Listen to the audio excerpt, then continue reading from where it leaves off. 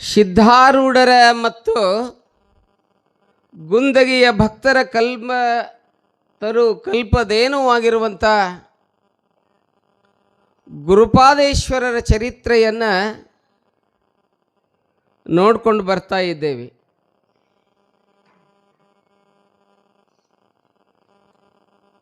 ಗುರುಪಾದೇಶ್ವರರ ಚರಿತ್ರೆಯಲ್ಲಿ ಮತ್ತು ಸಿದ್ಧಾರೂಢರ ಚರಿತ್ರೆಯಲ್ಲಿ ನಿನ್ನಿನ ದಿನ ಏನು ನೋಡಿವಿ ಅಂತ ಕೇಳಿದರೆ, ಇಬ್ಬರೂ ಮಹಾತ್ಮರು ಹುಟ್ಟಿ ಬಂದಿದ್ದಾರೆ.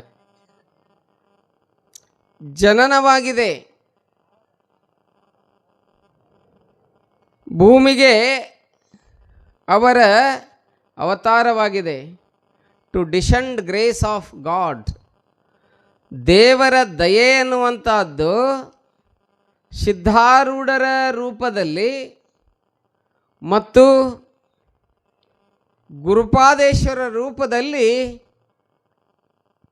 ಸಿದ್ಧಾರೂಢರು ಬೀದರ್ ಜಿಲ್ಲೆಯ ಗುರುಶಾಂತಪ್ಪ ದೇವ ಮಲ್ಲಮ್ಮನವರ ಉದರದಲ್ಲಿ ಚಳಕಾಪುರದಲ್ಲಿ ಹುಟ್ಟಿ ಬರುವಂಥದ್ದನ್ನು ನಿನ್ನೆ ನಾವು ನೋಡಿದ್ದೇವೆ. ಚನ್ನಬಸಯ್ಯನವರು, ಪಾರ್ವತ್ಯಮ್ಮನವರು ಹುನಗುಂದ ತಾಲೂಕು ದನ್ನೂರಿನಿಂದ ಬಂದು ಗುಂದಗಿ ಗ್ರಾಮದಲ್ಲಿರ್ತಾರೆ, ಲಗಳೇಶ್ವರ ಮಠದಲ್ಲಿ. ಅವರಿಗೆ ಋತಫಲದಿಂದ ಏನಾಗಿದೆ ಅಂತ ಕೇಳಿದರೆ, ಒಬ್ಬ ಶ್ರೇಷ್ಠ ಮಗು ಹುಟ್ಟಿದಾನೆ. ಅವನಿಗೇನಂತ ಹೇಳಿ ಹೆಸರನ್ನಿಟ್ಟಾರೆ, ಗುರುಪಾದೇಶ ಅಂತ ಹೇಳಿ ಹೆಸರನ್ನು ಇಟ್ಕೊಂಡು ಬಂದಾರೆ. ನಿನ್ನೆ ಎಲ್ಲ ಮುತ್ತೈದೆ ತಾಯಂದಿರು ಕೂಡ್ಕೊಂಡು ಏನು ಮಾಡಿದ್ದಾರೆ ಅಂತ ಕೇಳಿದರೆ, ಈ ಎರಡೂ ಹೆಸರುಗಳನ್ನು ಕರೆಯುವಂಥವರಾಗಿದ್ದಾರೆ. ಹುಟ್ಟಿದಾಗ ನಮಗೆಲ್ಲ ಏನಿರ್ತದೆ ಅಂತ ಕೇಳಿದರೆ ಉಸಿರು ಇರ್ತದೆ, ಹೌದಲ್ಲ? ಉಸಿರಿಲ್ಲ ಸತ್ತತಿ ಅಂತಾರೆ. ಅದಕ್ಕೆ ಭೂಮಿಗೆ ಬಿದ್ದು ಗುಡ್ಲೆ ಮಗು ಅಳಾಕತ್ತೈತೆ ಅಂತ. ಇಲ್ಲ ನೀವು ಚೂಟ್ತೀರಂತವಕ್ಕೆ, ನನಗೆ ಗೊತ್ತಿಲ್ಲಪ್ಪ. ಮತ್ತು ಚೂಟ್ತಾರಂತೆ, ಚೂಟ್ ಎಳಕ್ಕೆ ಹಚ್ತಾರಂತೆ. ಹುಟ್ಟಿದಾಗ ಪ್ರತಿಯೊಬ್ಬರಿಗೆ ಉಸಿರು ಇರ್ತದೆ, ಆದರೆ ಹೆಸರು ಇರೋದಿಲ್ಲ. ಉಸಿರು ಇರ್ತದೆ, ಹೆಸರಿರೋದಿಲ್ಲ. ದೊಡ್ಡವರಾಗಿ ಗುರುಪಾದಪ್ಪನವರಾಗಿ ಸಿದ್ಧಾರೂಢರಾಗಿ ಒಂದು ದಿನ ಈ ಭೂಮಿ ಬಿಟ್ಟು ಹೊಕ್ಕಿರ್ತೀವಿ. ಆವಾಗ ಉಸಿರಿರಂಗಿಲ್ಲ. ಹೋಗೋ ಮುಂದೆ ಉಸಿರು ತೊಗೊಂಡು ಬಸಿರಿನಾಗ ಬಂದಿರ್ತೇವೆ. ಮುಂದೆ ಉಸಿರನ್ನು ತೆಗೆದುಕೊಂಡು ಬಸಿರಿನಲ್ಲಿ, ಅಂದರೆ ತಾಯಿಯ ಬಸಿರಿನಲ್ಲಿ ಬಂದಿರ್ತೇವೆ. ಹೋಗೋ ಮುಂದೆ ಉಸಿರು ಹೋಗಿರ್ತದೆ. ಈ ಜಗತ್ತಿನಲ್ಲಿ ಏನು ಬಿಟ್ಟು ಹೋಗಿರಬೇಕು ಅಂತ ಕೇಳಿದರೆ ಹೆಸರನ್ನು ಬಿಟ್ಟು ಹೋಗಿರಬೇಕು. ಅದಕ್ಕೆ ಬದುಕು ಅಂತ ಹೇಳಿ ಕರ್ಕೊಂಡು ಬರ್ತಾರೆ. ಟು ಲೈ, ಜೀವಿಸುವುದು ಅಂತ ಹೇಳಿ ಕರ್ಕೊಂಡು ಬರ್ತಾರೆ. ಹಾಗೆ ಎರಡು ಮಕ್ಕಳು ನಮ್ಮ ಸಿದ್ಧಾರೂಢ 13ನೇ ದಿನಕ್ಕೆ ಹೆಸರನ್ನಿಟ್ಟಾರೆ. ಚಳಕಾಪುರದ ಮುತ್ತೈದೆಯರೆಲ್ಲ ಸೇರಿಕೊಂಡು ಹೆಸರನ್ನಿಟ್ಟಾರೆ. ಏನಂತ ಹೇಳಿ ಹೆಸರನ್ನಿಟ್ಟಾರೆ ಅಂತ ಕೇಳಿದರೆ ಸಿದ್ದಪ್ಪ.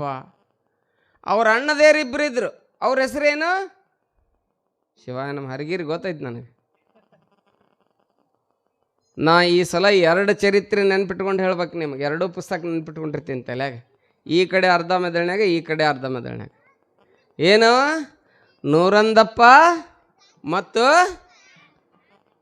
ನೋಡಿ ಹೆಸರಿಟ್ಕೊಂಡರು, ನೆನ್ಪಿಟ್ಕೊಂಡ್ರಿ. ಯಾವ್ದು? ಸಂಗನ ಬಸಪ್ಪ. ನೋಡ್ರಿ ಇಲ್ಲಿ ಪೇಪರ್ ಬರಿದೈತಿ ಈಗ, ಅದಕ್ಕೆ ನೆನ್ಪಿಟ್ಕೊಂಡ್ರ ಅವರು. ನೂರಂದಪ್ಪ, ಸಂಗನ ಬಸಪ್ಪ. ಎಷ್ಟನೇ ಕ್ಲಾಸ್ ನೀ ಎಷ್ಟನೇ ಕ್ಲಾಸ್? 5th 6th? ನೋಡ್ರಿ, ಚಲೋ ಚಪ್ಪಾಳಿ ತಟ್ರಿ ಆ ಹುಡುಗಿಗೆ. ಸಂಗನ ಬಸಪ್ಪ, ನೂರಂದಪ್ಪ 2 ಮಕ್ಕಳಿದ್ರಿ. ಈಗಾಗಲೇ 3ನೇ ಮಗನ ಹೆಸರು ಏನಂತ ಇಟ್ಟರು? ಸಿದ್ದಪ್ಪ ಅಂತ ಹೇಳಿ ಹೆಸರಿಟ್ರು. ಸಿದ್ದಪ್ಪನ ಬಾಲ್ಯ ಬಹಳ ಸುಂದರವಾಗಿ. ಮಗು ಚಳಕಾಪುರದಲ್ಲಿ ದೇವಮಲ್ಲಮ್ಮ ಮತ್ತು ಅವರ ತಂದೆಯಾಗಿರ್ತಕ್ಕಂಥ ಯಾರು? ಶಾಂತಪ್ಪ. ಇಬ್ಬರು ಮಧ್ಯದಲ್ಲಿ ಬಹಳ ಸುಂದರವಾಗಿ ಆ ಮಗು ಬೆಳೀತಾ ಇದೆ. ದೇವ ಮಲ್ಲಮ್ಮ ಆ ಮಗುವಿಗೆ ಬಹಳ ಸುಂದರವಾದಂಥ ಸಂಸ್ಕಾರವನ್ನು ಕೊಡ್ತಾ ಇದ್ದಾಳೆ.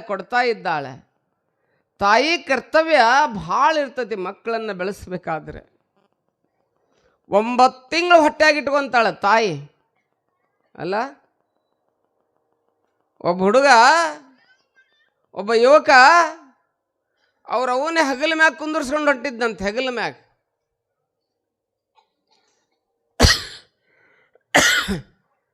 ಮ್ಯಾಗ ಕುಂದರ್ಸ್ಕೊಂಡು ಹೊಂಟಿದ್ದ. ಹೋಗೋ ಹೊತ್ನ್ಯಾಗ ಇಷ್ಟು ಆ ಅಗಸಿ ಬಾಗಲ ಇದೆ ಅಲ್ಲ, ಅಷ್ಟು ದೂರ ಒಯ್ದ ಹೆಗಲ ಮ್ಯಾಗ ಕುಂದರ್ಸ್ಕೊಂಡಿದ್ದ. ಅವ್ರು ಅವನ್ನ ಕುಂದರ್ಸ್ಕೊಂಡು ಕರ್ಕೊಂಡು ಹೊಂಟಿದ್ದ. ಆ ಮುದುಕಿ ಕಾಲು ಇರಲಿಲ್ಲ, ಕಾಲು ಹೋಗಿದ್ದು. ನಾನು ಇಂತಲ್ಲಿ ಕರ್ಕೊಂಡು ನಡಿಯೋ ತಮ್ಮ ಅಂತಂದ್ಲು. ಹೆಗಲ ಮ್ಯಾಗ ಕುಂದರ್ಸ್ಕೊಂಡು ಹೊಂಟಿದ್ದ ಯುವಕ. ಹೊಂಟೊತ್ನ್ಯಾಗ ಏನಾಗಿತ್ತು ಅಂತ ಕೇಳಿದ್ರೆ, ಇಲ್ಲೇ ಒಯ್ದವನ ಕಟ್ಟಿಗೆ ಇಳಿಸಬಿಟ್ಟ. ನೀ ಭಾಳ ಒಜ್ಜದಿಬಿ, ಅದಕ್ಕೆ ನಾ ಇಲ್ಲೇ ಕುಂದರ್ಸ್ತೀನಿ ನನಗೆ ಅಂತಂದ. ಆಕಿ ಕರ್ಕೊಂಡು ಹೋಗಂದಿದ್ದು ಬೇರೆ ಕಡೆ, ಇವ ಇಳಿಸಿದ್ದು ಬೇರೆ ಕಡೆ ಆಗಿತ್ತು. ನನ್ನ ಅಲ್ಲಿ ಕರ್ಕೊಂಡು ಹೋಗ್ಬೇಕಾಗಿತ್ತು ತಮ್ಮ ಅಂದ್ರೆ, ನೀ ಭಾಳ ವಜ್ಜ ಅನ್ಸಕತ್ತಿದೆ, ಅದಕ್ಕೆ ಇಲ್ಲೇ ಇಳಿಸೀನಿ ಅಂತ ಮಗ ಅಂದ, ಹಡದ ಮಗ. ಆ ಮುದುಕಿ ಭಾಳ ಹುಷಾರಿದ್ಲು. ಅಕ್ಕಿ ಅಂದ್ಲಂತ, ಅಲ್ಲೋ ತಮ್ಮ, ನನ್ನ ಗುರುಪಾದಪ್ಪನ ಗುಡಿಯಿಂದ ಬಸ್ ಸ್ಟ್ಯಾಂಡ್ ಮಠ ಕರ್ಕೊಂಡೋಗಿ ಹೆಗಲ ಮ್ಯಾಗ ಅಂದ್ರೆ ನಿನಗೆ ವಜ್ಜಾಗಿನಿ. ನೀನು 9 ದಿವಸ ನಾ ಇಟ್ಕೊಂಡು 9 ತಿಂಗಳು ನಿನ್ನ ಹೊಟ್ಟೆಯಾಗಿ ಇಟ್ಕೊಂಡಿದ್ನಲ್ಲ, ನಾ ಮಧ್ಯದಲ್ಲಿ ನಿನ್ನೇನಾರು ಇಳಿಸಿದ್ದೆ ಅಂದ್ರೆ ನೀ ಬರ್ತಿದ್ದೇನೋ ಅಂತ ಕೇಳಿದ್ಲಂತಕಿ. 9 ತಿಂಗಳ ನಿನಗ